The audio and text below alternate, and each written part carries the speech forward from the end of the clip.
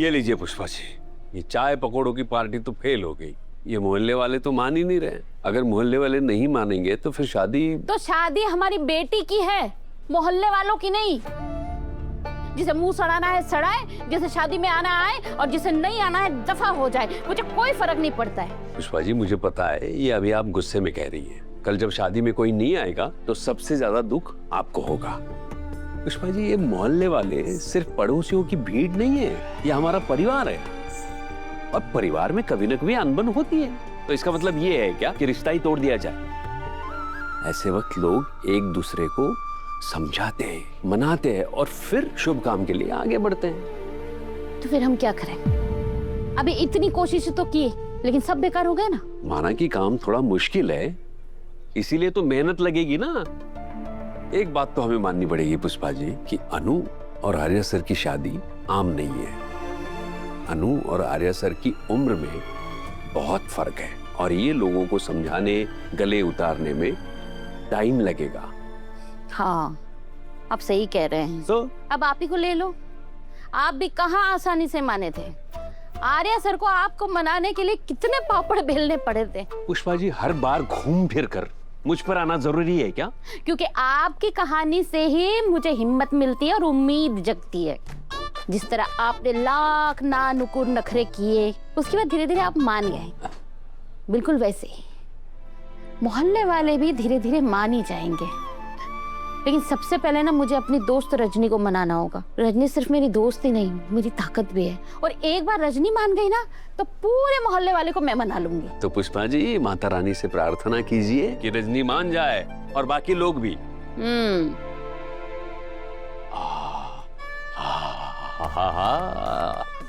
अरे पकौड़ों की क्या खुशबू आ रही है। एक हाथ पकौड़ा तो चख के देख ही लेता हूँ। खबरदार, लाइए प्लेट इधर दीजिए। क्यों, क्या हुआ? अरे ये पकौड़ों की आखिरी प्लेट है। तो क्या हुआ? मेरे दिमाग में एक जबरदस्त आइडिया आया है और उसके लिए इस प्लेट की जरूरत पड़ेगी। कैसा आइडिया?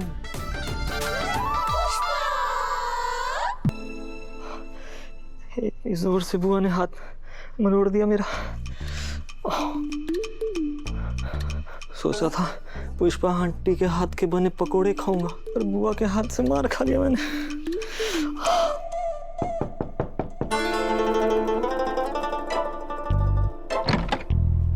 कौन?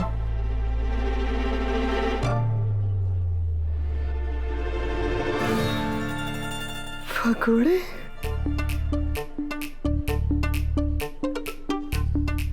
कौन रख रही है? 100 साल जिएगा तू, दिल से याद किया मैंने।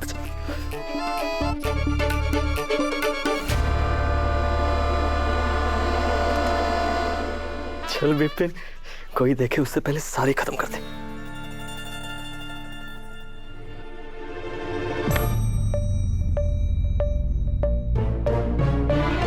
ये पकौड़े कहाँ से?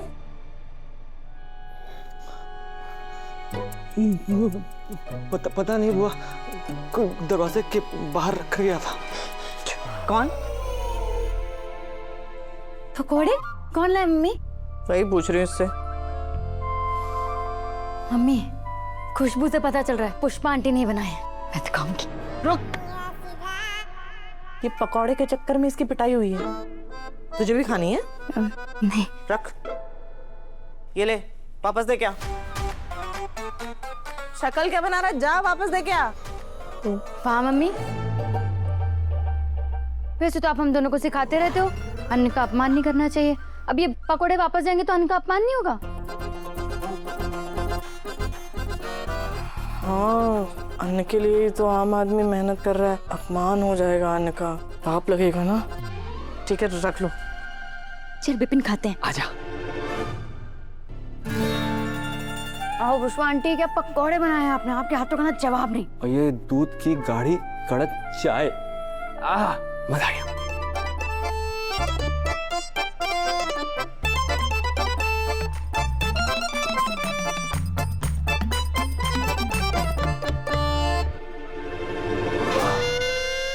मुझे नहीं लगता रजनी पकौड़े खाएगी। आप गलत साबित होने वाले हैं, क्योंकि रजनी दुनिया में किसी भी चीज को मना कर सकती है पर मेरे हाथ के बने पकोड़े नहीं, इसीलिए तो आपके हाथ से प्लेट रख के यहाँ रखवाने को कहा मैंने। ज्यादा शेखी बगाड़ने की जरूरत नहीं है, देखते क्या होता है। विपिन, सिर्फ 2-3 पकोड़े बचे हैं, पिंटू के लिए रख दे। ना वो कभी चिप्स और कोल्ड ड्रिंक शेयर करता है हमसे, मैं नहीं दे रहा। तो एक काम करना, तू खा ले, मेरा तो पेट भरा है। हाँ ओके।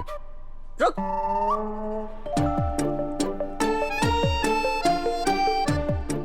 सुबह खाना खाया, फिर हलवा खाया, उसके बाद समोसे और अब ये पकौड़े। पेट खराब हो जाएगा तेरा। सही कह रहे हो मम्मी, इतना नहीं खाते विपिन। से मम्मी, पूरे दिन से ना आपने कुछ नहीं खाया, आप खा लो ना। हाँ बुआ खा लो ना, हम किसी को नहीं बताएंगे। नहीं मुझे ये नहीं। बहुत टेस्टी है, आपके तो फेवरेट है ना, पुष्पा आंटी ने बनाया है। और ये प्याज वाले तो आप हमेशा खाते हो ना। अरे मम्मी, घर की बात है, हम किसी को नहीं बताएंगे, खा लो।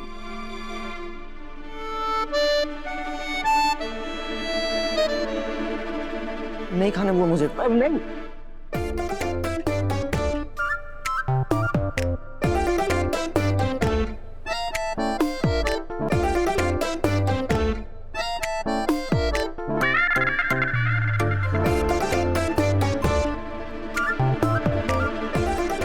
पुष्पा, गोपाल भैया, टैंकर आ गया, सब पानी भर लो। शर्मा जी, अब शादी की तैयारी करनी है ना। हाँ चलिए चलिए। अरे ओ पुष्पा, बहुत खराब एक्टिंग कर रही है तू। मुझे पता है यहाँ ताका झाकी चल रही है, लेकिन मेरी एक बात कान खोल के सुन ले, ना मैं ये पकौड़े खाऊंगी और ना तेरा साथ दूंगी। बड़ी आई।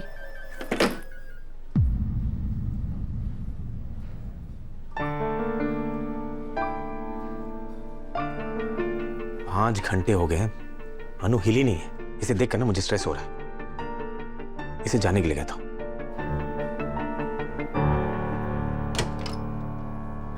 अनु, यहाँ खड़े हो के मेरा स्ट्रेस मत बढ़ाओ, जाओ यहाँ से। सर मैंने आपसे कहा ना, जब तक आप मेरी बात नहीं सुन लेते मैं यहाँ से कहीं नहीं जाने वाली। सर मैं आपसे सिर्फ बात सुनने के लिए कह रही हूँ ना, मानने के लिए थोड़ी कह रही हूँ। बस सुन लीजिए, फिर मैं चली जाऊंगी ना। अंदर आओ। Thank you sir.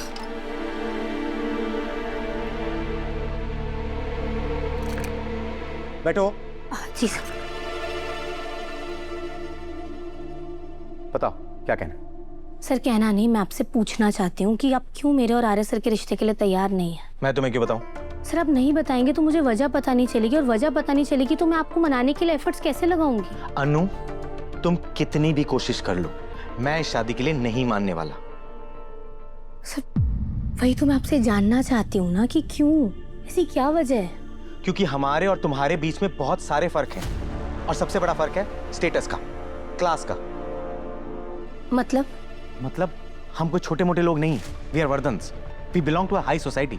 हमारी लाइफस्टाइल, हमारे तौर तरीके, हमारी अपब्रिंगिंग सब अलग है।